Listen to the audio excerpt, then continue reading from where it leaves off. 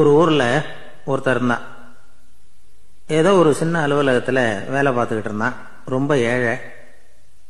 வர்ற கொஞ்சம் வருமானத்தை வச்சு வாழ்க்கையை ஓட்டிகிட்டு இருந்தான். ஒரு நாள் தெரு வழியாக அவன் நடந்து வந்துக்கிட்டு இருக்கிறான். தெருவில் ஒரு காசு கிடந்தது. அதை பார்த்துட்டான். அது குனிஞ்சு எடுத்தான். அது ஒரு பழங்கால காசு.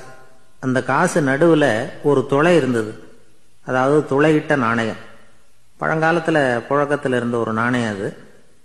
துளையிட்ட நாணயம் கிடைச்சதுன்னா ரொம்ப நல்லது, அது அதிர்ஷ்டம் அப்படின்னு ஒரு நம்பிக்கை உண்டு. இவன் கையில் அது கிடைச்சதும் ரொம்ப சந்தோஷப்பட்டான். இனிமே என்னுடைய கஷ்டம்லாம் தீரப்போகுது, அதிர்ஷ்டம் என்னை தேடி வரும், நான் பணக்காரன் ஆயிடுவேன் அப்படின்னு சொல்லிட்டு அந்த காசை தன்னுடைய கோட்டு பையில் பத்திரமா போட்டு வச்சுக்கிட்டான்.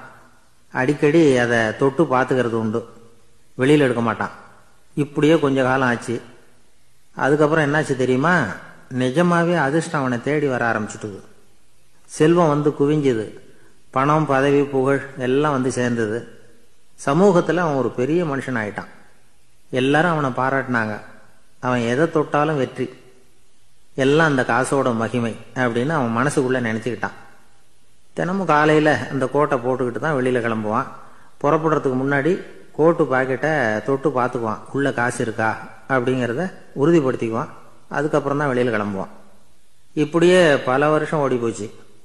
ஒரு நாள் அவனுக்கு அந்த ஆசை வந்துட்டுது. அதாவது அந்த துளையிட்ட நாணயத்தை எடுத்து கண்ணால் பார்க்கணும் அப்படின்னு. காலையில் சாப்பிட்டுக்கிட்டு இருந்தான். அப்போ தன்னுடைய மனைவி கிட்ட சொன்னான், ரொம்ப நாளைக்கு அப்புறம் என்னுடைய அந்த நாணயத்தை இன்னைக்கு வெளியில் எடுத்து பார்க்க போறேன்னா. என்னத்துக்கு அது, இப்போ அதை பார்க்க வேணாமே அப்படின்னு மெதுவாக இழுத்தாங்க அந்த அம்மா. இல்லை நான் பார்த்தே தீரணும் அப்படின்னு அவன் தன்னுடைய சட்டை பைக்குள்ள கையை விட்டான். உள்ளே இருந்த நாணயத்தை வெளியில் எடுத்தான். பார்த்தா அவனுக்கு ஆச்சரியமா போச்சு. அந்த நாணயத்தில் துளையே இல்லை. என்ன ஆச்சு அப்படின்னு சொல்லி அவன் ரொம்ப குழம்பி போயிட்டான். இப்போ அந்த அம்மா சொன்னாங்க, நான் தான் ஒரு நாள் உங்கள் கோட்டு ரொம்பவும் தூசியாக இருக்கேன்னு சொல்லி அதை ஜன்னலுக்கு வெளியில் உதறினேன். உள்ளே இருந்த அந்த காசு அப்போ எனக்கு தெரியாது, ஞாபகத்தில் இல்லை. அது தெருவில் விழுந்துட்டது போல இருக்கு. அதுக்கப்புறம் எவ்வளவோ தேடி பார்த்தேன், கிடைக்கல. அதுக்குள்ளே அதை யாரோ எடுத்துகிட்டு போயிட்டாங்க போல இருக்கு. அது இல்லைங்கிறது உங்களுக்கு தெரிஞ்சால் வருத்தமாக இருக்குமேங்கிறதுக்காக நான் தான் வேற ஒரு நாணயத்தை எடுத்து சட்டை பைக்குள்ளே வச்சுட்டேன் அப்படின்னு விவரத்தை சொன்னாங்க அந்த அம்மா. இது எப்போ நடந்ததுன்னு கேட்டான். உங்களுக்கு அந்த காசு கிடைச்சதே அன்னைக்கு மறுநாளே இது நடந்து போச்சு அப்படின்னாங்களாம். இதை கொஞ்சம் யோசனை பண்ணி பாருங்க. அவனுக்கு அதிர்ஷ்டத்தை கொடுத்தது அந்த நாணயம் இல்லை, அவனுடைய நம்பிக்கை, அதாவது தன்னம்பிக்கை. அதுதான் வேலை செஞ்சிருக்கு.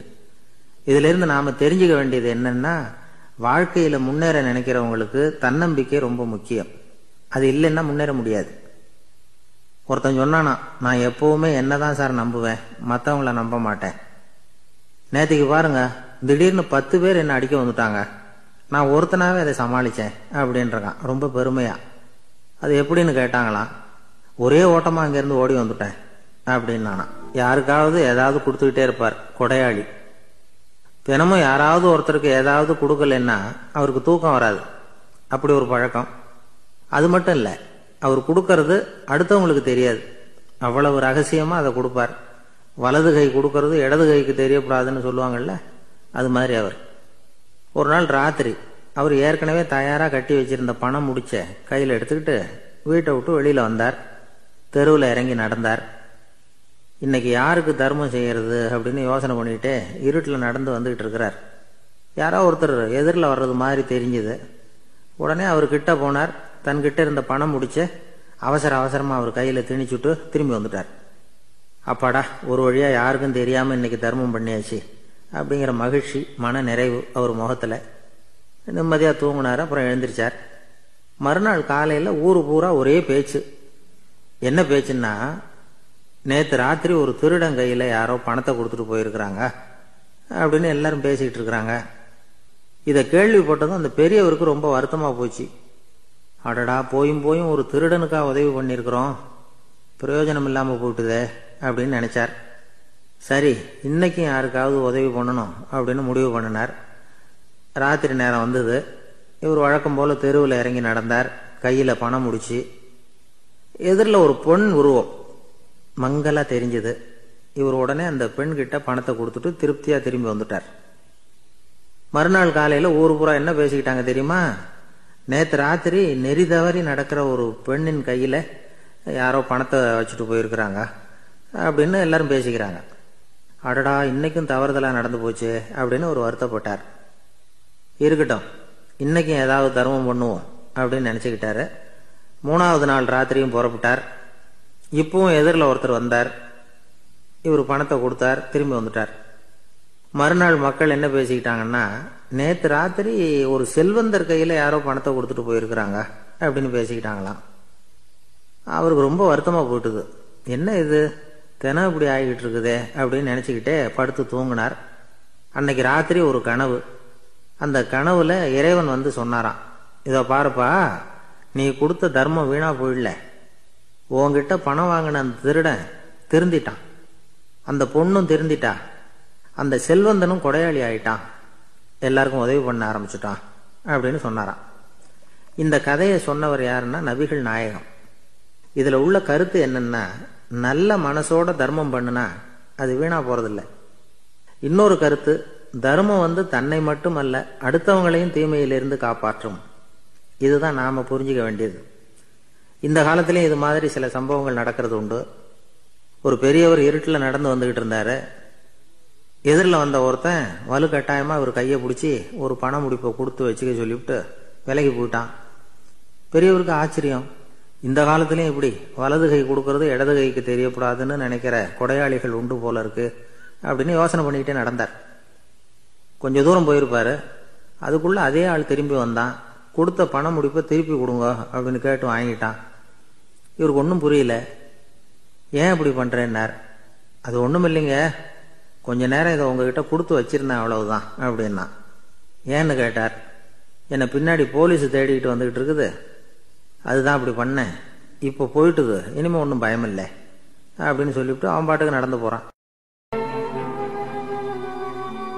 ஜெருசலேம் அங்க உள்ள ஒரு தேவாலயம். அதுல உள்ள பலிபீடத்தின் முன்னாடி ஒரு பெட்டி உண்டு. அது காணிக்கை பெட்டி. ஆலயத்துக்கு வர்றவங்க பிரார்த்தனை பண்ணிவிட்டு திரும்பி போற சமயத்துல அந்த பெட்டியில காணிக்கை போடுவாங்க. அவங்களால எவ்வளவு முடியுமோ அவ்வளவு போடுறது வழக்கம். அவங்கவுங்க வசதிக்கு தகுந்த மாதிரி போடுவாங்க. வசதி உள்ளவங்களா இருந்தாலும் சரி, வசதியே இல்லாத வறியவர்களா இருந்தாலும் சரி, ஆலய காணிக்கை பெட்டியில காசு போடுறது அவங்களுக்கு ரொம்ப பெருமையான ஒரு செயல். ஒரு சமயம் இயேசு தம்முடைய சீடர்களோடு அந்த ஆலயத்துக்கு வரார். அங்க உட்காந்து ரொம்ப நேரம் வழிபாடு பண்ணிட்டு இருக்கிறார். சீடர்களும் அந்த ஜபத்துல கலந்துகிட்டாங்க. வழிபாடு முடிஞ்சது. இயேசு உட்கார்ந்துருக்கிறார். காணிக்கை பெட்டியில காசு போடுறவங்களை கவனிக்கிறார். சீடர்களும் அதையே கவனிச்சுக்கிட்டு இருக்கிறாங்க. ரொம்ப பேர் வரிசையா வந்தாங்க. அவங்களால முடிஞ்ச அளவுக்கு காசு போட்டுட்டு அவங்க பாட்டுக்கு போய்கிட்டு இருக்கிறாங்க. வசதியானவங்க நிறைய பேர் வந்தாங்க. அதுக்கு மத்தியில வயசான ஒரு அம்மா, அவங்களும் வந்து காசு போட்டுட்டு போறாங்க. இப்போ இயேசு தன்னுடைய சீடர்கள் பக்கம் திரும்பினார். ஒரு கேள்வி கேட்டார். இப்போ இந்த காணிக்கை பெட்டியில நிறைய பேர் வந்து காசு போட்டுட்டு போறத நீங்க கவனிச்சிங்க. இன்னைக்கு இந்த காணிக்கை பெட்டியில ரொம்பவும் அதிகமா காசு போட்டது யார் அப்படின்னு கேட்டார். முதல்ல வந்தார ஒரு பெரிய மனுஷன், அவர் தான் அதிகமா போட்டார் அப்படின்னாரு ஒருத்தர். 3வதா வந்தவர் தான் அதிகமா போட்டார், நான் கவனிச்சேன் அப்படின்னாரு இன்னொருத்தர். இப்படி ஆளுக்கு ஒரு விதமா சொல்றாங்க. கடைசியா இயேசு சொன்னாராம், இன்றைக்கு அந்த பெட்டியில அதிகமா காசு போட்டவங்க அந்த வயசான அம்மா தான் அப்படின்னாராம். சீடர்களுக்கு ஒன்றும் புரியல. அந்த அம்மா ரொம்ப ஏழையாச்சே, அவங்க எப்படி அதிகமா காணிக்கை செலுத்த முடியும் அப்படிங்கறது அவங்க சந்தேகம். இயேசு விளக்குனார். நிறைய பேர் வந்தாங்க, நிறையவே காசுகள் போட்டாங்க, அது உண்மைதான். ஆனாலும் அந்த அம்மா என்ன பண்ணாங்க கவனிச்சிங்களா? வந்தாங்க, தன்னுடைய காசு பைய திறந்தாங்க, அப்படியே கொட்டுனாங்க. அதுல இருந்தது 2 காசுகள் தான். அந்த 2 காசும் காணிக்கை பெட்டியில விழுந்துட்டுது. மற்றவங்கெல்லாம் தங்கள்கிட்ட இருந்த செல்வத்தின் ஒரு சிறு பகுதியை எடுத்து பெட்டியில போட்டாங்க. ஆனா இந்த அம்மா தன்கிட்ட என்ன இருந்ததோ அதை அப்படியே போட்டுட்டாங்க. தன்னுடைய பிழைப்புக்காக வச்சிருந்த அவ்வளவையும் இழக்கிறதுக்கு தயாராயிட்டாங்க. அவ்வளவு தாராள மனசு அவங்களுக்கு. அதனால அவங்க செலுத்தின காணிக்கை தான் அளவுல அதிகம் அப்படின்னார். விலை மதிப்பில்லாத முத்து புதையல் ஒருத்தனுக்கு கிடைக்க போகுதுன்னு வச்சுக்கோங்க. அதன் மதிப்பை உணர்ந்தவன் என்ன பண்ணுவான்? அதை அடையறதுக்காக தன்கிட்ட இருக்கிற எதையும் கொடுக்கறதுக்கு தயாரா இருப்பான் இல்லையா? அது மாதிரிதான் இதுவும் அப்படின்னார். உலக மதிப்பீடுகளை துரும்பா தூசியா மதிச்சு அதையெல்லாம் உதறி விடுகிறவன் இறையருள் அப்படிங்கிற இணையில்லாத செல்வத்தை பெறுகிறான் அப்படிங்கிறது இதுல உள்ள கருத்து. இறைவனுக்காக இழப்பதுன்னா துன்பப்படுகிறவர்களுக்காக, ஏழைகளுக்காக, ஏதுமற்றவர்களுக்காக இழப்பது அப்படின்னு அர்த்தம். உங்கள் அயலானுக்கு நீங்கள் என்ன உதவி செய்தாலும் அதை எனக்கே செய்கிறீர்கள் அப்படின்னு இயேசு சொல்லியிருக்கிறார். அடுத்தவங்களுக்கு உதவணுங்கிற குணம் இன்னைக்கு ரொம்ப குறைஞ்சு போச்சு. ஒருத்தன் வாழைப்பழத்தோல் வழுக்கி கீழே விழுந்துட்டான். பக்கத்தில் இருந்த நண்பன் உடனே இவனை தூக்கிக்கிட்டு போய் ஆஸ்பத்திரியில் சேர்த்துட்டான். அதுக்கப்புறம் சொன்னான், நீ அந்த வாழைப்பழத்தோல்ல காலை வைக்க போறத முன்னாடியே நான் கவனிச்சுட்டேன் அப்படின்னானா. அப்படின்னா அப்பவே நீ எனக்கு உதவி செஞ்சிருக்கலாமே அப்படின்னானா அவன். நான் டாக்டருக்கு உதவலாம்னு நினைச்சுட்டேன் அப்படின்னா இவன். பெரிய குடும்பத்துல பிறந்தவர், இருக்கிற சொத்துக்கள் எல்லாத்தையும் வாரி வழங்கி விட்டு காட்டுக்கு புறப்பட்டார் தவம் செய்யறதுக்காக. இருந்தது பூராவும் கொடுத்துட்டார், இனிமே எதுவுமே இல்லை கொடுக்கறதுக்கு. அப்போ கடைசியா ஒருத்தன் வந்து கையை நீட்டினானா, ஐயா ஏதாவது கொடுங்கன்னு இருக்கான். அவர் பார்த்தார், கட்டியிருக்கிற வேட்டியை தவிர வேற எதுவுமே இல்லை. 8 முழம் பட்டு வேட்டி, ஜரிகை கரையோடு இருக்குது. கடைசியா அதை தான் எடுத்துக்கிட்டு அவர் புறப்பட்டுருக்கார். அவர் பார்த்தார், எதிரில் அவன் பரிதாபமா நின்றுட்டு இருக்கிறான். அந்த 8 முழ வேட்டியை 2ஆ கிழிச்சார். 4 முழத்தை அவங்ககிட்ட கொடுத்தாரு. மீதி 4 முழத்தை தன்னுடைய இடுப்புல கட்டிட்டு அவர் காட்டுக்கு போயிட்டார். இவன் என்ன பண்ணான் தெரியுமா? கையில கிடைச்ச 4 முழத்தை எடுத்துக்கிட்டு கடை வீதிக்கு போனான். பழைய பட்டு வேட்டி, ஜருகை இதையெல்லாம் விலைக்கு வாங்குற வணிகர் ஒருத்தர் இருக்கார். அவர்கிட்ட போனான். இதை விலைக்கு எடுத்துக்கிறீங்களா அப்படின்னு கேட்டிருக்கான். அவர் வாங்கி பார்த்துருக்கார். ஆஹா, இது ரொம்ப அருமையான வேட்டி, விலை உயர்ந்த ஜருகை, இது ஏது உனக்கு அப்படின்னு கேட்டாரான். அவன் நடந்தது சொல்லியிருக்கான். அப்படின்னா ஒன்று செய்ய, இந்த வேட்டியோட இன்னொரு பாதியையும் மெதுவாக வாங்கிட்டு வந்துரு, உனக்கு நிறைய பணம் தர்றேன் அப்படின்னாரான் அந்த வணிகர். இவன் கொஞ்சம் யோசனை பண்ணி பார்த்தான். கொஞ்சம் இருங்க, வந்துடுறேன் அப்படின்னு சொல்லிவிட்டு நேராக காட்டுக்கு போனான். அவர் எங்கே இருக்காருன்னு தேடி கண்டுபிடிச்சான். அவர் ஒரு இடத்துல தவக்கோலத்தில் இருக்கிறார். கட்டியிருந்த இடவேட்டியும் அவர் அறியாமல் நழுவி கீழே விழுந்து கிடக்குது. இவனுக்கு ரொம்ப வசதியாக போச்சு. அவரை கேட்க வேண்டிய அவசியமே இல்லை. மெதுவாக சத்தம் போடாமல் அடி மேலே அடி வச்சு நெருங்கினான். அவர் கண்ணை மூடிக்கிட்டு அவர் பாட்டு நின்றுட்டு இருக்கிறார். இவன் மெதுவாக போய் கீழே கிடந்த அந்த துணியை எடுத்துக்கிட்டு சத்தம் போடாமல் திரும்பி நடந்தான். ஒரு 2-3 அடி எடுத்து வச்சிருப்பான். அப்படி ஓட ஆரம்பிக்கிற சமயத்தில் அவன் காலில் கீழே கிடந்த முள்ளு ஒன்று நறுக்குன்னு தைச்சு விட்டுது. வலி தாங்க முடியாமல் அம்மான்னு கத்திருக்கான். இந்த சத்தத்தினால கண்ணை மூடி நின்றுகிட்டு இருந்த அவரோட தவம் கலைஞ்சது.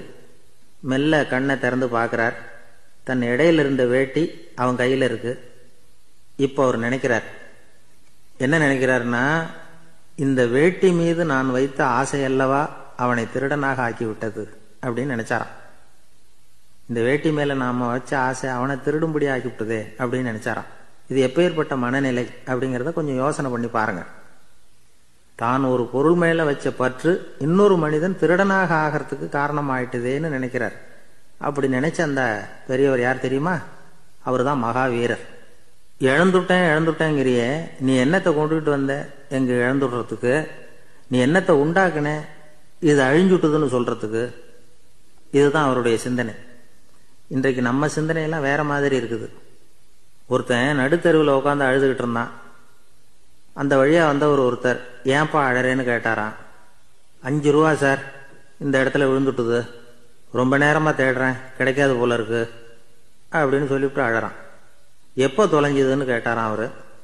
அது எனக்கு தெரியாது சார், பணத்தை தொலைச்சவன் தேடி பார்த்துட்டு போயிட்டான், நான் அவனுக்கு பின்னாடி தேட வந்தவன் அப்படின்னு நானா இவன். இந்த உலகத்துல தான் மட்டும் வாழ்ந்தா போதும் அப்படின்னு நினைக்கிறவங்க உண்டு. தானும் வாழணும், அடுத்தவங்களும் வாழணும் அப்படின்னு நினைக்கிறவங்களும் உண்டு. முதல்ல சொன்ன வகையை சேர்ந்த மனிதர்கள் எப்படி தெரியுமா? எப்படியாவது தான் மட்டும் வாழ்ந்தால் போதுங்கிற நினைப்பு தான் எப்பவும் அவங்களுக்கு இருக்கும். தங்களுடைய வளர்ச்சிக்கு எது தடையா இருந்தாலும் சரி, யார் தடையா இருந்தாலும் சரி, அதை அழிச்சுட்டு தான் மறுவேலை பார்ப்பாங்க. அவங்கெல்லாம் பாவ காரியங்களுக்கு தயங்குறதே இல்லை. அப்படிப்பட்ட வாழ்க்கை அவங்களுக்கே இடைஞ்சல அமைஞ்சு விடுறது உண்டு. அதை விளக்கறதுக்கு ஒரு கதையும் உண்டு. ஒரு ஊர்ல அப்படிப்பட்ட ஆள் ஒருத்தன் இருந்திருக்கான். நிறைய பாவங்களை செஞ்சவன். அதன் காரணமா நரகப்படுகுழியில விழுந்துட்டான். நரகப்படுகுழிங்கிறது ஒரு பெரிய கிணறு மாதிரி. ஏற்கனவே பாவம் செஞ்சவங்க நிறைய பேர் அதில் விழுந்து கிடக்குறாங்க. உள்ள ஏகப்பட்ட சத்தம், எல்லாம் அந்த பாவாத்மாக்கள் போடுற சத்தம். இப்போ விழுந்தானே இவனும் சத்தம் போட்டான். இவன் போடுற சத்தம் கொஞ்சம் அதிகமாக கேட்டுது. இந்த கிணத்துக்கு பக்கத்துல புத்தர் உட்கார்ந்துருக்கிறார். அவர் காதுல இவன் போடுற சத்தம் விழுந்தது. உடனே அந்த கிணத்தடிக்கு போனார். குனிஞ்சு பார்த்தார். சாமி என்னை காப்பாத்துங்க அப்படின்னு கத்தனா இவன். புத்தர் அவனை கொஞ்சம் கவனிச்சு பார்த்தார். மனித சமுதாயத்துக்கு அவன் என்னென்ன கெடுதல் பண்ணியிருக்கிறாங்கிற விவரம்லாம் அவர் மனக்கண்ணில் தெரிஞ்சது. அவருக்கு எல்லாம் புரிஞ்சு போச்சு. இருந்தாலும் அவனை காப்பாத்துறதுக்கு ஏதாவது வழி உண்டா அப்படின்னு யோசிச்சார். அவன் தன்னுடைய வாழ்நாளில் ஏதாவது நல்லது செஞ்சிருக்கானா அப்படின்னு பார்த்தார். ஒரே ஒரு சமயம் அவன் தன்னுடைய காலடியில மிதிபட இருந்த சிலந்தியை மிதிக்காமல் தாண்டி போயிருக்கிறான். இந்த ஒரு காரியத்துக்காக அவனை கரையேற்ற முடியுமா அப்படின்னு நினைச்சார். அவ்வளவுதான். உடனே அவர் கையில ஒரு சிலந்தி வந்து உட்காந்துதான். அதுகிட்ட இருந்து நூல் இழை வெளிவர ஆரம்பிச்சது. அந்த நூல் இழை கிணற்று ஆழம் வரைக்கும் அப்படியே நீண்டுகிட்டே போச்சான். புத்தர் பார்த்தார். இந்த நூலை பிடிச்சுக்கிட்டு மேலே ஏறி வா அப்படின்னார். என்னங்க சொல்றீங்க, இந்த சிலந்தி நூல் என்ன தாங்குமான்னு கத்துனான். எல்லாம் தாங்கும், அதை பிடிச்சிக்கிட்டு ஏறி வா அப்படின்னார். சந்தேகத்தோடவே அவன் அந்த நூல் இழைய பிடிச்சி இழுத்து பார்த்தான். ரொம்ப வலுவா இருந்தது. அவனுக்கு ஆச்சரியம். அதை பிடிச்சிக்கிட்டே மெதுவா மேலே ஏறி வர ஆரம்பிச்சுட்டான். பாதி தூரம் ஏறி வந்திருப்பான். அப்போ அவன் காலுக்கு கீழே ஏதோ சத்தம். என்னன்னு குனிஞ்சு பார்க்கறான். கீழே கிடந்தவங்க சில பேரும் அந்த நூலை பிடிச்சி மேலே வந்துகிட்டு இருக்கிறாங்க. இவனுக்கு கோபம் வந்துட்டுது. தன்னுடைய இடுப்புல வச்சிருந்த கத்தியை எடுத்து தன்னுடைய காலுக்கு கீழே நூல் இழையை அப்படியே வெட்டி விட்டுட்டான். இனிமே நாம மட்டும்தான் மேலே ஏறி வந்துடணும் அப்படின்னு நினைச்சுக்கிட்டான். ஆனா நடந்தது என்ன தெரியுமா? மொத்த நூல் இழையும் அப்படியே அருந்து கீழே விழுந்துட்டுது. அவனும் பொத்துன்னு கீழே விழுந்துட்டான். மறுபடியும் கத்த ஆரம்பிச்சுட்டான். ஏற்கனவே அவன் செஞ்சிருந்த ஒரு சிறு கருணை அந்த நூல் இழைக்கு உறுதியை கொடுத்தது. இப்போ அவன் செஞ்ச பாவம் அந்த நூல் இழைய வலுவிழக்க செஞ்சுட்டுது. அடுத்தவங்களும் வாழணுங்கிற எண்ணம் அவனுக்கு இருந்திருந்தா இப்ப அவனும் கரையேறி வந்திருப்பான், மற்றவங்களும் சௌக்கியமா வந்து சேர்ந்திருப்பாங்க. அதனால நாமும் வாழணும், அடுத்தவங்களும் வாழணும் அப்படின்னு நினைக்கிறவன் வாழ்க்கையில சீக்கிரம் முன்னுக்கு வந்துருவான். ஒருத்தன் ஒரு டாக்டர் கிட்ட போனான். மருந்து வாங்கினான். வாங்கி கொண்டாந்து பேசாம வச்சுட்டான், சாப்பிடல. அப்புறம் எதுக்காகப்பா போய் அவர்கிட்ட மருந்து வாங்கினேன் அப்படின்னு கேட்டாங்க. டாக்டர் வாழணும் இல்லையா, அதனாலதான் அப்படின்னா. அவர் கொடுத்த மருந்தை நீ ஏன் சாப்பிடல அப்புறம் அப்படின்னு கேட்டாங்க. நான் வாழணும் இல்லையா, அதுக்காக தான் அப்படின்னா. ஒரு முனிவர் இருந்தார். ஒரு நாள் அவரை தேடிட்டு 4 பேர் வந்தாங்க. சுவாமி, எங்களுக்கு ரொம்ப நாளா ஒரு சந்தேகம்னாங்க. என்னன்னு கேட்டார். இந்த உலகத்துல எவ்வளவோ காரியங்கள் நடக்குது, எது நியாயம் எது அநியாயம் அப்படின்னு புரிஞ்சுக்க முடியலன்னாங்க. அது யாராலையும் புரிஞ்சுக்க முடியாதுன்னார் முனிவர். வந்தவங்களுக்கு ஆச்சரியமா போச்சு. ஒரு மாதிரியா பார்த்தாங்க. இதை முனிவர் கவனிச்சார். சரி புறப்படுங்க என்னோடன்னார். எங்கன்னு கேட்டாங்க. இப்போ உங்க 4 பேரையும் ஒரு புஷ்பக விமானத்துல அழைச்சிட்டு போறேன். இந்த உலகத்துல சர்வசாதாரணமா நடக்கக்கூடிய ஒரு காட்சியை உங்களுக்கு காட்ட போறேன். நீங்க பார்க்க போற அந்த காட்சி நியாயமா அநியாயமா அப்படிங்கறத என்கிட்ட சொல்லணும். நீங்க சரியான பதில் சொன்னா புஷ்பக விமானத்துல தொடர்ந்து பிரயாணம் பண்ணலாம். தவறான பதில் சொன்னா இந்த புஷ்பக விமானம் உங்களை கீழே தள்ளி விட்டுரும் அப்படின்னார். 4 பேருக்கும் பயம்தான். இருந்தாலும் முனிவர் கூப்பிடுறாரே அப்படின்னு சொல்லி புறப்பட்டாங்க. அவங்க எல்லாரும் புறப்பட்டு ஒரு காட்டு வழியா போய்கிட்டு இருக்கிறாங்க புஷ்பக விமானத்துல. அங்க நடக்கிற ஒரு காட்சியை காட்டுறார் முனிவர். அதோ அங்க பாருங்கன்னார். அந்த விமானத்துல இருந்தபடியே எல்லாரும் கீழே குனிஞ்சு பாக்குறாங்க. அங்க ஒரு தாய் புலி அப்பதான் குட்டி போட்டிருக்கு. குட்டிகளை ஈன்ற உடனே பசிக்கு இறை தேடி அந்த பக்கமா வருது. அதே நேரம் ஒரு தாய் மான், அதுவும் அப்பதான் குட்டி போட்டிருக்கு. அதுவும் இதே மாதிரி குட்டிகளை ஈன்ற உடனே பசிக்கு இறை தேடி அந்த பக்கமா வருது. இப்ப அந்த புலி அந்த மானை அடிச்சு போட்டுடுது. அதுவும் சாப்பிடுது, குட்டிகளுக்கும் கொடுக்குது. இப்போ அந்த புலிக்குட்டிகள் முகத்துல மகிழ்ச்சி, தாயை இழந்த அந்த மான் குட்டிகள் முகத்துல துக்கம். இப்போ அந்த முனிவர் 4 பேர்கிட்டையும் கேட்கிறார், நீங்க இங்க பாத்தீங்களே, இதுல எது நியாயம் எது அநியாயம், ஒவ்வொருத்தரா சொல்லுங்க. உங்க பதில் சரியில்லைன்னா இந்த விமானம் உங்களை கீழே தள்ளி விட்டுரும், சொல்லுங்க பார்க்கலாம்னார். முதல்ல ஒருத்தன் சொன்னான், அந்த புலி செஞ்சது சரிதாங்க, அது பசிக்கு அதுதான் ஆகாரம், தன்னுடைய பசிக்கு தானே இறை தேடிக்கிட்டுது, அதுல என்ன தப்பு, அவ்வளவுதான், அதனால புலி செஞ்சது நியாயம்தான் அப்படின்னா. அவ்வளவுதான், அந்த விமானம் அவனை அப்படியே கீழே தள்ளி விட்டுட்டுது. அதனால அவன் கொடுத்த பதில் சரியில்லை அப்படிங்கிறது புரிஞ்சு போச்சு. இப்ப ரெண்டாவது ஆள் சொன்னான், புலி செஞ்சது பாவம், அந்த தாய்மான் என்ன தப்பு பண்ணிச்சு, இப்ப அந்த குட்டிகளுக்கு யாரு ஆதரவு, அதனால புலி செஞ்சது அநியாயம் அப்படின்னா. அவ்வளவுதான், அவனையும் கீழே தள்ளி விட்டுடுது அந்த விமானம். இந்த பதிலும் சரியில்லை அப்படின்னு ஆயிட்டுது. இப்போ மூணாவது ஆள் வந்தான். முதல்ல 2 பேர் கீழே விழுந்ததை பார்த்துக்கிட்டு இருந்தான். அதனால அவன் சொன்னான், ரெண்டுமே நியாயம்தாங்க, புலி இரை தேடினதும் இயற்கை, அதுக்கு மான் இரையானதும் இயற்கை, அதனால இதுல ஒன்றும் தப்பு இல்லைன்னா. அவ்வளவுதான், அவனையும் அந்த விமானம் கீழே பிடிச்சி தள்ளி விட்டுது. இப்ப 4வது ஆள் வந்தான். முனிவர் கேட்டார், நீயாவது சொல்லுப்பா, இந்த செயல்ல எது நியாயம்னார். அவன் தெளிவா பதில் சொன்னான். அதாவது என்ன சொன்னான்னா, எனக்கு தெரியல அப்படின்னா. அவனை விமானம் கீழே தள்ளல, சௌரியமா அழைச்சிட்டு போட்டுது. இவனும் பிரயாணம் சௌக்கியமா பண்ணானா. ஆக இதுதான் சரியான பதில்ங்கிறத முனிவர் உணர்த்தினார். இந்த கதையிலிருந்து நாம புரிஞ்சுக்க வேண்டியது என்னன்னா, இந்த உலகத்துல எவ்வளவோ காரியங்கள் நடக்குது, அதெல்லாம் ஏன் அப்படி நடக்குதுங்கிறதுக்கு எப்பேற்பட்ட பண்டிதராலும் பதில் சொல்ல முடியாது. தெரியாததை தெரியாதுன்னு ஒத்துக்கிட்டா வாழ்க்கை பிரயாணம் சுகமா இருக்கும்.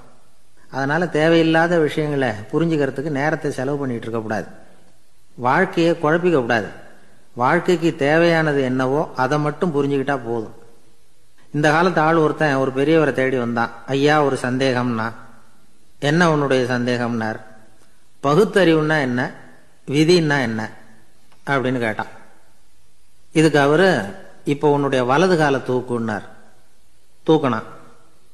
சரி, இப்ப உன்னுடைய வலது கால கீழே இறக்காம உன்னுடைய இடது காலையும் தூக்குன்னார். தூக்கினான். பொத்துன்னு கீழே விழுந்துட்டான். பெரியவர் சொன்னார், உன்னால ஒரு காலை தூக்க முடிஞ்சுது, அதுதான் பகுத்தறிவு. 2 கால்களையும் ஒரே சமயத்துல தூக்குனா அடிபடும், அப்படிங்கிறது தான் விதி அப்படின்னு விளக்கம் கொடுத்தார். இவன் தன்னுடைய விதியை நொந்துகிட்டே இடுப்பை பிடிச்சிக்கிட்டு அங்கிருந்து நடந்து போயிட்டான். ஒரே ஒரு ஊர்ல ஒரு கோயில் இருந்தது. ரொம்ப பழைய கோயில். உள்ள போறதுக்கே பயமா இருக்கும், எந்த நேரத்தில் இடிஞ்சு விழுந்துருமோ அப்படிங்கிற பயம். அப்படி இருந்ததுனால யாரும் துணிஞ்சு சாமி கும்பிடுறதுக்கு அங்க போறதில்ல. கோயிலுக்கு வர்ற கூட்டம் கொஞ்சம் கொஞ்சமா குறைய ஆரம்பிச்சுட்டுது. கோயில் நிர்வாகிகள் எல்லாரும் கூடி உட்காந்து பேசினாங்க. என்ன பண்ணலாம்னு யோசனை பண்ணாங்க. எந்த இடம் மோசமா இருக்கோ அந்த இடத்த பழுது பார்த்தாங்க. அங்க எங்க வர்ணத்தை பூசி கொஞ்சம் அழகுபடுத்தி பார்த்தாங்க. ஏதோ இந்த ஊர்ல கோயில்னு ஒன்று இருக்கு, அது மக்களுக்கு தெரியணும் அப்படிங்கிறதுக்காகத்தான் இப்படிலாம் பண்ணாங்க. இருந்தாலும் கோவில் இருக்கிற நிலைமை மக்களுக்கு தெரியும், அதனால அங்க வர்றது குறைச்சிக்கிட்டாங்க அவங்க. ஒரு கட்டத்துல யாருமே வர்றதில்லை, நிலைமை அந்த அளவுக்கு ஆயிட்டுது. மறுபடியும் கோவில் நிர்வாகிகள் கூட்டம் நடந்தது. இந்த கூட்டம் கூட கோயிலுக்கு உள்ள நடக்கல, இடிஞ்சு விழுந்துருமோங்கிற பயம். அதனால வெளியில தான் உட்காந்து கூட்டத்தை நடத்தினாங்க. ஏன்னா உள்ள போறதுக்கு அவங்களுக்கும் துணிச்சல் கிடையாது, எந்த நேரமும் விழுந்துரும் போல இருந்தது அது. அது வழியா போறவங்க கூட வேகமா அந்த இடத்த கடந்து போக ஆரம்பிச்சுட்டாங்க. கோவில் நிர்வாகிகள் வெளியில உட்காந்து கூட்டம் போட்டாங்க இல்லையா, அந்த கூட்டத்துல 4 தீர்மானங்களை நிறைவேற்றினாங்க. அது என்ன 4 தீர்மானம்னா, முதல் தீர்மானம், இந்த கோவிலை இடிப்பது அப்படிங்கிற முடிவை இந்த கமிட்டி மிகவும் வருத்தத்துடன் ஏற்றுக்கொள்ளுகிறது அப்படின்னு நிறைவேற்றினாங்க. இதுக்கு பதிலா இன்னொரு கோவிலை உடனடியாக கட்டி முடிச்சுடணுங்கிறது 2வது தீர்மானம். 3வது தீர்மானம் என்ன தெரியுமா, பழைய கோவிலின் கதவுகள், அதிலிருந்து பிரிச்சு எடுக்கிற செங்கல், இதையே புது கோவில் கட்டுவதற்கு பயன்படுத்தி கொள்ள வேண்டியது. பழைய கோவில் இருந்த மாதிரியே அதே வடிவத்தில் புது கோவிலையும் கட்ட வேண்டியது. பழைய கோவிலின் அஸ்திவாரத்தை அப்படியே வச்சுக்கிட்டு அதுக்கு மேல நாம கோயிலை கட்டிக்க வேண்டியது. இதுதான் 3வது தீர்மானம். இதையும் கமிட்டி முழு மனசோட ஏத்துக்கிட்டது. இது வரைக்கும் சரி. இப்ப அந்த கமிட்டி 4வதா ஒரு முக்கியமான தீர்மானத்தை கொண்டுகிட்டு வந்து அதையும் ஏகமனதா நிறைவேற்றி விட்டது. அது என்ன தீர்மானம்னா, புதிய கோவில் கட்டி முடிக்கிற வரைக்கும் பழைய கோவிலை இடிக்கிறதில்லை அப்படிங்கிற தீர்மானம். எப்படி இருக்குது பாருங்க இது. பழசை இடிக்காத வரையில அதே இடத்துல புதுசா எப்படி கட்ட முடியும்? பல விஷயங்கள்ல நாம நடந்துகிற முறையும் இப்படிதான் இருக்குதான். வாழ்க்கையில முன்னேறணும்னு ஆசைப்படுவோம், அதே நேரத்தில் அந்த முன்னேற்றத்துக்கு எது தடையா இருக்கோ அதை விட்டுடுறதுக்கும் மனசு வராது.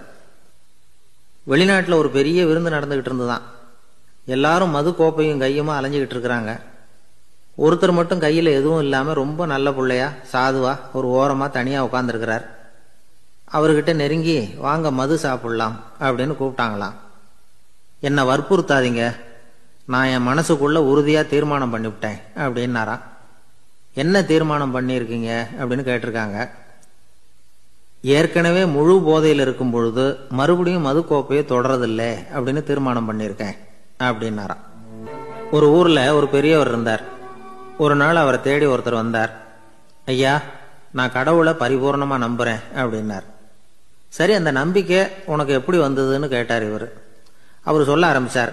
ஐயா, எனக்கு கல்யாணம் ஆகி 10 வருஷம் ஆச்சு. ஆனாலும் குழந்தை பாக்கியம் இல்லை. அதுக்கு என்ன காரணமா இருக்கும்னு நான் யோசனை பண்ணிட்டு இருந்தப்போ நண்பர் ஒருத்தர் ஒரு ஆலோசனை சொன்னார். உனக்கு மதப்பற்று இல்லை, எந்த கடவுளையுமே நம்ப மாட்டேங்கிற, அதுதான் காரணம். கடவுளை நம்பு, உனக்கு குழந்தை பாக்கியம் கிடைக்கும் அப்படின்னார். அவர் அப்படி சொன்னாரே தவிர எனக்கு சந்தேகம்தான். இருந்தாலும் அவர் சொன்னபடியும் நடந்துதான் பார்ப்போமே அப்படின்னு முடிவு பண்ணேன். கடவுளை நம்ப ஆரம்பிச்சேன். அந்த வருஷமே அழகான ஆண் குழந்தை பிறந்தது. எல்லாம் இறைவன் அருள் அப்படின்னார். இவர் இப்படி சொன்னதை கேட்டதும் அந்த பெரியவர் சொன்னார், நீ சொல்றதெல்லாம் சரிதான். இருந்தாலும் இந்த காலத்துல எந்த ஒரு காரியமா இருந்தாலும் அதை சோதனை செஞ்சு பார்த்துட்டு தான் ஒரு முடிவுக்கு வந்து சேர முடியும். அறிவுபூர்வமான முடிவு அதுவாக தான் இருக்கும். அறிவியல் சோதனைகள் அப்படித்தான். ஒரு குறிப்பிட்ட விஷயத்தை பத்தி எத்தனை தடவை சோதனை பண்ணாலும் ஒரே முடிவு தான் கிடைக்கணும். அதுதான் சரியா இருக்கும். அதனால இப்ப மறுபடியும் ஒரு சோதனைன்னார். என்ன செய்யணும் அப்படின்னு கேட்டார் இவர். கடவுள்கிட்ட ஒரு பெண் குழந்தை வேணும்னு கேளு. முதல்ல ஆண் குழந்தையை கொடுத்தது மாதிரியே இப்போ ஒரு பெண் குழந்தையையும் கொடுக்கறாரா பார்க்கலாம் அப்படின்னார். சரின்னு சொல்லி இவர் அதே மாதிரி முயற்சி பண்ணினார். அதுக்கப்புறம் அவர் இந்த பெரியவர்கிட்ட வரவே இல்லை. கொஞ்ச காலம் கழிச்சு இவரே அவரை தேடிட்டு போய் கதவை தட்டினார். அவர் கதவை திறந்தார். என்ன ஆச்சு, கடவுள் கண் திறந்தாரா அப்படின்னு கேட்டார். அவரு, அந்த சமாச்சாரம்லாம் நமக்கு வேணாம் சார். முதல் தடவை அது ஏதோ தற்செயலா ஏற்பட்ட ஒரு சாதகம். இப்போ நீங்க 2வது தடவை சொன்ன பிறகு தினமும் கடவுளை வேண்டிக்கிட்டு தான் இருக்கிறேன், ஒன்றும் நடக்கல அப்படின்னார் ரொம்ப விரக்தியா. ஒரே ஒரு தோல்வியில உங்க நம்பிக்கையெல்லாம் பறந்து போயிடுது பாத்தீங்களா அப்படின்னார் அந்த பெரியவர். எல்லாம் நல்ல விதமா நடக்கிற வரைக்கும் நம்பிக்கை, எதிர்பார்த்தது தோல்வியில முடிஞ்சுட்டுதுன்னா அவநம்பிக்கை. மற்றவர்கள் பேர்ல வைக்கிற நம்பிக்கை எந்த நேரத்திலையும் விவகாரமாகி விடக்கூடிய சாத்தியம் உண்டு. நாம நம்பிக்கை வைக்க வேண்டியது நம்ம கிட்ட தான். நமக்குள்ள இருக்கிறார் கடவுள். எனவே நம்ம பேர்ல நாம வைக்கிற நம்பிக்கை தான் உண்மையான கடவுள் பக்தி. நிபந்தனையற்ற நம்பிக்கையா அது இருக்கணும். எல்லாம் நல்லபடியா நடந்துகிட்டு இருந்தா எந்த முட்டாளுக்கும் நம்பிக்கை வரத்தான் செய்யும் அப்படிங்கிறது ஒரு பெரிய ஒரு கருத்து. தியானத்தின் மூலமா தான் உனக்குள்ள ஆழமா தோண்டுனா உன்னுடைய அடி ஆழத்துல நம்பிக்கை வந்து அப்படி ஊற்றெடுக்கும், அதை பார்க்க முடியும் அப்படிங்கிறது பெரியவர்கள் சிந்தனை. ஒரு குழந்தை அப்பாவை பார்த்து என்னப்பா பண்றேன்னு கேட்டுதான். பிரார்த்தனை பண்ணிட்டு இருக்கிறேன்னாராம் அப்பா. பிரார்த்தனை பண்ணுனா என்ன கிடைக்கும் அப்படின்னு கேட்டுதான் குழந்தை. எல்லாம் கிடைக்கும் அப்படின்னாராம் அப்பா. நீ வச்சிருக்கிறிய பேனா அது கூட கிடைக்குமான்னு கேட்டுதான் குழந்தை. ஓ, கிடைக்குமேன்னு இருக்கார். அப்படின்னா அந்த பேனாவை என்கிட்ட கொடுத்துரு, நீ பிரார்த்தனை பண்ணி வேற பேனா வாங்கிக்கோ அப்படின்னு தான் அந்த குழந்தை. ஒரு குரு இருந்தார், ஜென் குரு. அவரை தேடிட்டு ஒரு மன்னர் வந்தார். வந்தவர் ஜப்பான் மன்னர். தோட்டக்கலையை பத்தி தெரிஞ்சுட்டு போறதுக்காக அவர் வந்தார். எப்படி தோட்டம் அமைக்கிறது அப்படிங்கிறத பத்தி அந்த குரு விவரமா சொல்லி கொடுத்தாரு. 1 நாள் 2 நாள் இல்லை, 3 வருஷம் கற்றுக் கொடுத்தார். அதுக்கப்புறம் சொன்னார், நான் கற்றுக் கொடுத்துட்டேன், இனிமே நீங்க போகலாம், போய் தோட்டம் அமைக்கலாம். அதுதான் உங்களுக்கு பரிசை. தோட்டம் அமைச்ச பிறகு சொல்லி அனுப்புங்க, நான் வந்து பார்க்கறேன். நீங்க இங்க என்னவெல்லாம் கத்துக்கிட்டீங்களோ அதையெல்லாம் அங்க செயல்முறையில செஞ்சு காட்டுங்க அப்படின்னு சொல்லி அனுப்பி வச்சார். மன்னர் போனார். அரண்மனைக்கு பக்கத்திலேயே ஒரு பெரிய தோட்டத்தை உண்டு பண்ணினார். அழகான மரங்களையும் செடிகளையும் உருவாக்கினார். கிட்டத்தட்ட 1000 தோட்டக்காரர்களை பயன்படுத்தி 3 வருஷங்கள் முயற்சி பண்ணி அந்த அழகான தோட்டத்தை உருவாக்கினார். குரு கிட்ட இருந்து செய்தி வந்தது, நாளைக்கு வந்து தோட்டத்தை பார்க்கறேன் அப்படின்னு. மன்னர் உடனே சுறுசுறுப்பாயிட்டார். முதல் நாளே தோட்டத்தை சுத்தப்படுத்தினார். ராத்திரி பூரா யாரும் தூங்கல. எல்லாருக்கும் தோட்டத்தை ஒழுங்குபடுத்துற வேலை. அது அந்தந்த இடத்துல ஒழுங்கா இருக்குதா அப்படின்னு சரி பார்த்தாங்க. ஒரு தவறும் இல்லாத வகையில் அதை ஒழுங்குபடுத்தினாங்க. மறுநாள் குரு வந்தார், தோட்டத்தை பார்த்தார். அவருக்கு கோபம் வந்துட்டுது. மன்னருக்கு ஆச்சரியம், எப்பவும் சிரிச்சுக்கிட்டே இருக்கிறவர் இப்ப இப்படி இருக்கிறாரு அப்படின்னு. மெதுவா குரு கிட்ட போய் எல்லாம் சரியா தானே இருக்குது அப்படின்னார். எல்லாம் சரிதான், ஆனாலும் எங்கே அந்த பொன்னிற காற்று அப்படின்னார். உதிர்ந்த இலைகள், பொன் மஞ்சள் நிற இலைகள் காற்றில் அப்படி புரண்டு ஓடுவதை நான் பார்க்க முடியவில்லையே அப்படின்னாராம். அது இல்லாம இந்த தோட்டம் உயிரோட்டம் உள்ளதா இருக்காது, இதுல பாடல் இல்லை ஆடல் இல்லை, அதெல்லாம் இல்லாம இந்த தோட்டம் ரொம்பவும் செயற்கையா தெரியுதேன்னாராம். மன்னர் இப்பதான் யோசனை பண்ணார். கீழே கிடந்த காஞ்சி போன இலைகள் மட்டும் இல்ல, மரத்துல இருந்த காஞ்சி போன இலைகளையும் அப்புறப்படுத்தி சுத்தமா வச்சிருக்கிறார். இறப்பும் வாழ்க்கையினுடைய ஒரு பகுதி தான். மரணம்ங்கிறது வாழ்க்கைக்கு எதிரானது அல்ல, அதை நிரப்பும் ஒரு பகுதி தான் அது. மரணம் இல்லையில் வாழ்க்கையே இல்லை அப்படிங்கிறது பெரியவங்க கருத்து. இப்ப அந்த தோட்டம் அழகா தான் இருக்குது, இருந்தாலும் அது ஒரு ஓவியம் மாதிரி உயிர் இல்லாமல் இருக்கு. குரு ஒரு வாளியை கையில எடுத்துக்கிட்டார், தோட்டத்தை விட்டு வெளியில போனார். ஏற்கனவே வீசி எறிந்த அந்த சருகுகளை எல்லாம் அள்ளி கொண்டுகிட்டு வந்தார். உள்ள எல்லா இடங்கள்லயும் அதை வீசினார். உடனே காத்து அந்த காய்ந்த சருகுகளையும் பழுத்த இலைகளையும் அசைக்க ஆரம்பிச்சுட்டுது. இப்போ அங்க சலசல சத்தம், சங்கீதம், இலைகளின் நடனம், ஓவியம் மாதிரி இருந்த அந்த தோட்டத்துக்கு இப்போ உயிர் வந்துட்டுது. இதுதான் அந்த பொன்னான காற்று அப்படின்னாராம் குரு. மன்னருக்கு புரிஞ்சுது. மிகப்பெரிய ஜென் கேள்வி ஒன்று உண்டு. உம்மான் அப்படிங்கிற ஒரு பெரிய குருவை பார்த்து துறவி ஒருத்தர் கேட்டாராம், இலைகள் எல்லாம் கீழே விழுந்து மரங்கள் மொட்டையாக இருக்கும் பொழுது என்ன நடக்கும்? இதுதான் கேள்வி. இதுக்கு உம்மான் சொன்ன பதில் பொன்னான காற்று, தி கோல்டன் விண்ட் அப்படின்னாராம். இதுக்கு என்ன விளக்கம்னா, உன்னுடைய எண்ணங்கள் எல்லாம் உன்னுடைய மனசிலிருந்து கீழே விழுந்து உனது உள்ளுணர்வானது மொட்டையாக நிற்கும் நிலைதான் அது. உனது வேர்களின் அருகில் காற்று வீசுகிறது. எல்லா எண்ணங்களும் உன்னிலிருந்து வெகு தூரத்துக்கு புரண்டு கொண்டே சென்று விடுகிறது. நீ அவற்றை கடந்து விட்டால் நீ அவைகளுக்கெல்லாம் மேலெழுந்து கீழே பார்ப்பவனைப் போல நிற்க ஆரம்பித்து விடுவாய். அதுதான் தியானம் என்பது அப்படின்னு சொல்றாங்க. தியானம்ங்கிறது எண்ணத்துக்கு எதிரானதில்லை, தியானம்ங்கிறது எண்ணங்களை கடந்து செல்வதுதான். அதுக்கப்புறம் நாம பொன்னிற காற்றுல ஆட ஆரம்பிச்சிருவோம். இதுதான் பெரியவர்கள் சொல்றது. என்கிட்ட ஒருத்தர் தோட்டம் அமைக்கணும்னு யோசனை கேட்டு வந்தார். எல்லாம் சொல்லி கொடுத்தேன். செடிகள்லாம் செழிப்பா வளரணும்னா வேர் காயாம பாத்துக்குங்க, தினமும் தண்ணி விடுங்க அப்படின்னு சொல்லி அனுப்பி வச்சேன். ஒரு மாசம் கழிச்சு ஒரு தோட்டத்தை பாக்கிறதுக்காக போனேன். போய் பார்த்தா எல்லா செடியும் வாடி கிடக்குது. என்னங்க இப்படி பண்ணிவிட்டீங்கன்னு. நீங்க சொன்னபடிதான் செஞ்சேன்னார். என்ன செஞ்சீங்கன்னு கேட்டேன். வேறு காயாம பார்த்துக்க சொன்னீங்க, தினமும் ஒரு தடவை எல்லா செடியையும் ஒவ்வொன்னா புடுங்கி பார்த்து வேறு காயாம இருக்கா அப்படின்னு பார்த்துட்டு அதுக்கப்புறம் தண்ணி பாய்ச்சனே, அவ்வளவுதான் அப்படின்னார். ஒரு ஊர்ல 4 நண்பர்கள் இருந்தாங்க. 4 பேரும் சோம்பேறிகள். 4 பேருக்கும் எந்த வேலையும் செய்யறதுக்கு உடம்பு வளையறதில்ல. இருந்தாலும் சோம்பேறித்தனத்துல ஒருத்தருக்கு ஒருத்தர் கொஞ்சம் வித்தியாசம் உண்டு. அதுக்கு தகுந்த மாதிரி அவங்களுக்கு பேர் அமைஞ்சு போச்சு. ஒருத்தன் கால் சோம்பேறி, இன்னொருத்தன் அரை சோம்பேறி, அடுத்தவன் முக்கால் சோம்பேறி, கடைசி ஆளு முழு சோம்பேறி. இவங்க 4 பேரும் நண்பர்கள். அப்புறம் எப்படி காரியம் நடக்கும்? 4 பேரும் ஒரு வீதியில் அப்படியே நடந்து போய்கிட்டு இருக்கிறாங்க. நல்ல பசி. எங்கேயாவது சோறு போடுவாங்களா அப்படின்னு பார்த்துக்கிட்டே வந்தாங்க. அவங்க வந்த வழியில ஒரு ரூபாய் காசு கிடந்தது தரையில. அவங்க கண்ணில் அது பட்டுது. ஆனாலும் அதை குனிஞ்சு எடுக்கணுமே, அதுக்கு சோம்பேறித்தனம். முழு சோம்பேறி பார்த்தான். பக்கத்தில் வந்துகிட்டு இருந்த முக்கால் சோம்பேறி கிட்ட சொன்னானா, டேய் அதை கொஞ்சம் குனிஞ்சு எடுறா அப்படின்னானா. அவன் என்ன பண்ணான் தெரியுமா? அதுக்கு அடுத்தபடியா வந்த அரை சோம்பேறி கிட்ட சொன்னானா, டேய் நீ அதை கொஞ்சம் குனிஞ்சு எடுறா அப்படின்னானா. அவன் இவனை விட மோசம், அடுத்தவங்க கிட்ட சொல்லியிருக்கிறான். அவனும் குனியறதுக்கு தயாரா இல்லை. ஆக கூடி கடைசியில யாருமே காசை எடுக்கல. என்னத்துக்கு அனாவசியமா உடம்ப வளைச்சிக்கணும் அப்படின்னு எல்லாரும் பேசாம வந்துட்டாங்க. அவங்க பாட்டுக்கு நடந்து வந்துகிட்டே இருக்கிறாங்க. எதிரில் ஒருத்தன் வாழைப்பழத்தை வண்டியில வச்சு தள்ளிக்கிட்டே வந்தான். ரூபாய்க்கு 4 பழம்னு கூவி வித்துக்கிட்டே வர்றான்.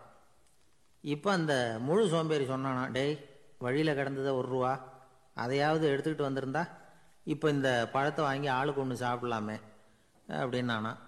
ஆமா சாப்பிட்ருக்கலாமே அப்படின்னாங்களாம் மற்றவங்களும். ஆனாலும் திரும்பி போய் அதை எடுக்கணும்னு யாருக்கும் தோணலை.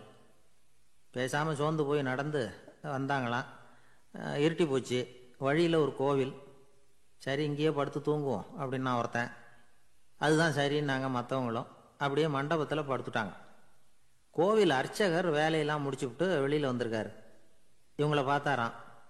ஏன் இப்படி சோர்ந்து போய் கிடக்குறீங்க அப்படின்னு விசாரிச்சிருக்காரு. 2 நாளாச்சுங்க நாங்கள் சாப்பிட்டு அப்படின்னாங்களாம். அவர் உடனே ஐயோ பாவம் அப்படின்னு சொல்லி பானை, விறகு, அரிசி, தண்ணி எல்லாம் கொடுத்து நீங்களே சமையல் பண்ணி சாப்பிட்டுக்குங்க அப்படின்னு சொல்லிவிட்டு போயிட்டார். இந்த 4 பேருக்கும் சமையல் பண்ணி சாப்பிடணும்னு ஆசையாக தான் இருந்தது.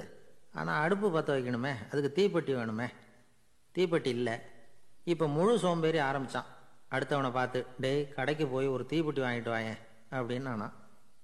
அவன் வழக்கம் போல் அடுத்தவங்ககிட்ட சொல்லியிருக்கான், அவன் அதுக்கு அடுத்தவங்ககிட்ட சொல்லியிருக்கிறான். கடைசியாக கால் சோம்பேறிக்கிட்ட வந்து சேர்ந்தது. அவனும் அது நம்மால் முடியாது அப்படின்னு பேசாமல் இருந்துட்டான். இப்போ தீப்பெட்டி வேணுமே, அதுக்கு என்ன பண்ணுறது? அவங்களுக்குள்ளே பேசி ஒரு முடிவுக்கு வந்தாங்களாம். அதாவது யார் முதல்ல வாயை திறந்து பேசுகிறாங்களோ அவங்க தான் தீப்பெட்டி வாங்கிறதுக்கு போகணும் அப்படின்னு. அவ்வளவுதான். உடனே 4 பேரும் வாயை கெட்டியாக மூடிக்கிட்டு படுத்துக்கிட்டாங்க.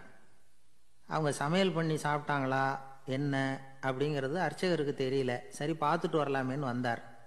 வந்து பார்க்குறாரு, இவங்க 4 பேரும் அசையாமல் படுத்து கிடக்குறாங்க. அர்ச்சகர் பயந்துட்டார். ஒருவேளை பசி தாங்காமல் செத்து போட்டாங்களோ அப்படிங்கிற பயம், அல்லது நாம் கொடுத்த உணவுப் பொருளில் ஏதாவது விஷம் கலந்துருக்குமோ அப்படின்னும் பயந்தார். அப்படின்னா நம்ம மேலே பழி வந்துருமே அப்படின்னு நினச்சி நடுங்க ஆரம்பிச்சுட்டார். அப்புறம் அவரும் ஒரு முடிவுக்கு வந்தாராம். கோவிலுக்கு பக்கத்துலேயே ஒரு பெரிய குழி இருந்தது. அதில் ஒவ்வொருத்தரையாக இழுத்துக்கிட்டு போய் போட்டார். கொஞ்சம் மண்ணை தள்ளினார், காலால் மிதிச்சார். அவர் மிதித்த மிதி ஒருத்தன் அடி வயத்தில் போட்டுவிட்டுது. அவன் உடனே வலி தாங்காமல் ஐயோ அம்மான்னு அலறினான். உடனே நடந்தது என்ன தெரியுமா? மற்ற 3 பேரும் துள்ளி எழுந்திரிச்சாங்களாம்.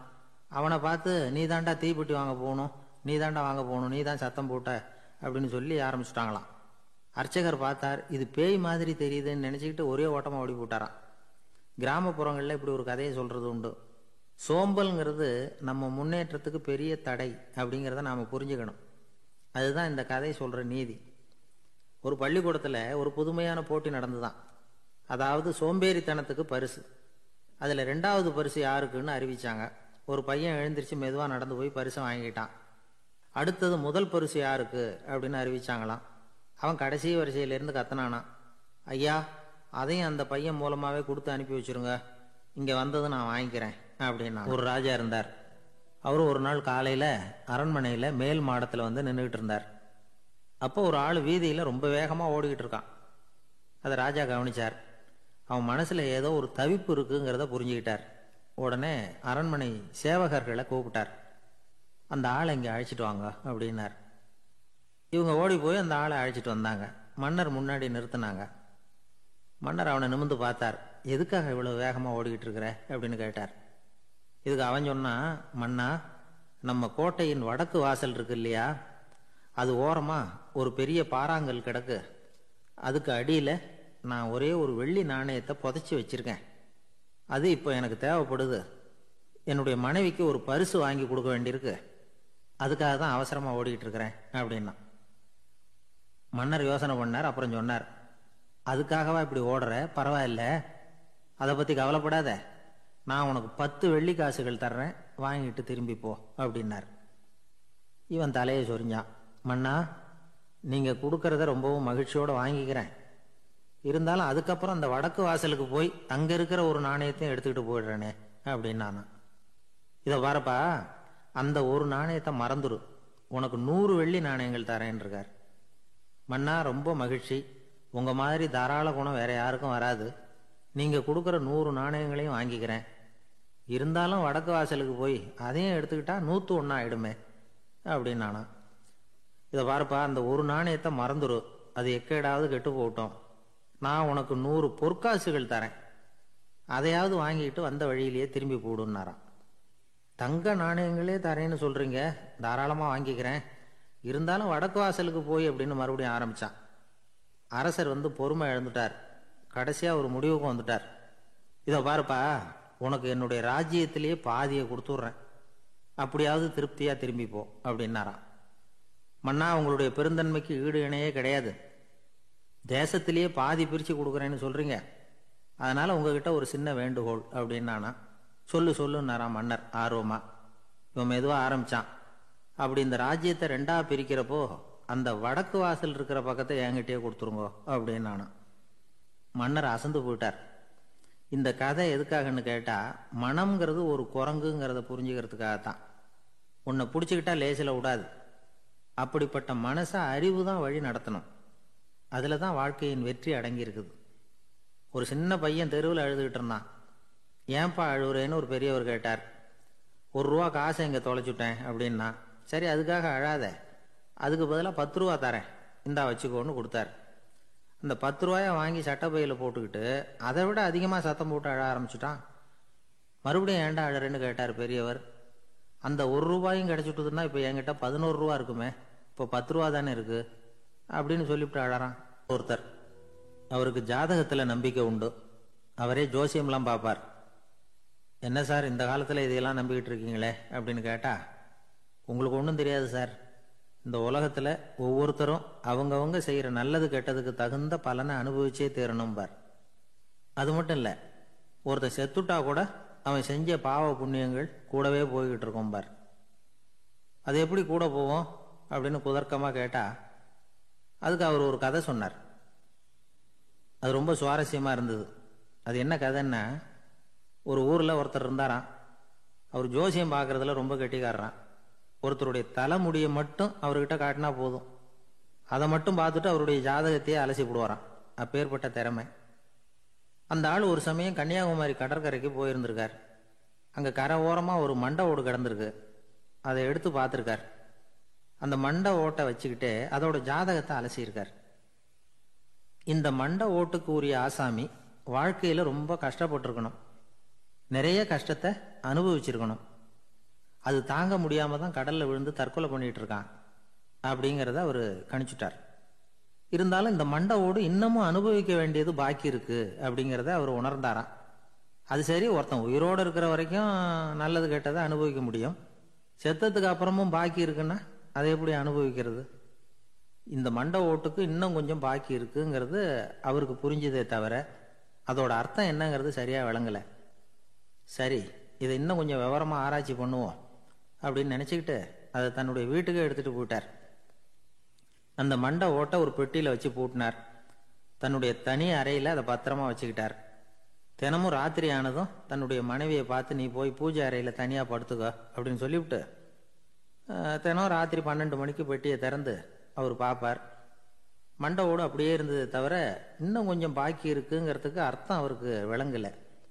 அந்த மண்டை ஓட்டுக்கு இன்னும் என்ன பாக்கி இருக்க போகுது? எப்படியோ ஒரு 10 நாள் போச்சு. அந்த வீட்டம்மாவுக்கு சந்தேகம் வந்துட்டுது. நம்ம வீட்டுக்காரரு நம்மளை தனியா ஏன் தூங்க சொல்றார் அப்படிங்கிற சந்தேகம். உடனே பக்கத்து வீட்டு அம்மா கிட்ட விஷயத்த சொல்லியிருக்கிறாங்க. அந்த அம்மா உடனே, நீ கவலைப்படாத, நான் கண்டுபிடிச்சு சொல்றேன் அப்படின்னு சொல்லிவிட்டாங்களாம். அன்னைக்கு ராத்திரியே ஜன்னல் வழியா எட்டி பார்த்துருக்குறாங்க.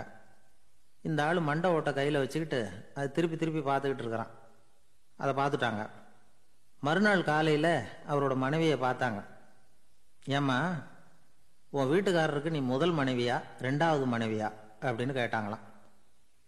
எனக்கு தெரிஞ்ச வரைக்கும் நான் ஒருத்தி தான் அவருடைய மனைவி அப்படின்னாங்களாம் அவங்க. அப்படி இல்லை, நீ அவருக்கு 2வது மனைவி. முதல் மனைவியின் மண்டை ஓட்டை தான் அவர் தினமும் ராத்திரியில் எடுத்து பார்த்துக்கிட்டு இருக்கிறார் அப்படின்னாங்க அடுத்த வீட்டு அம்மா.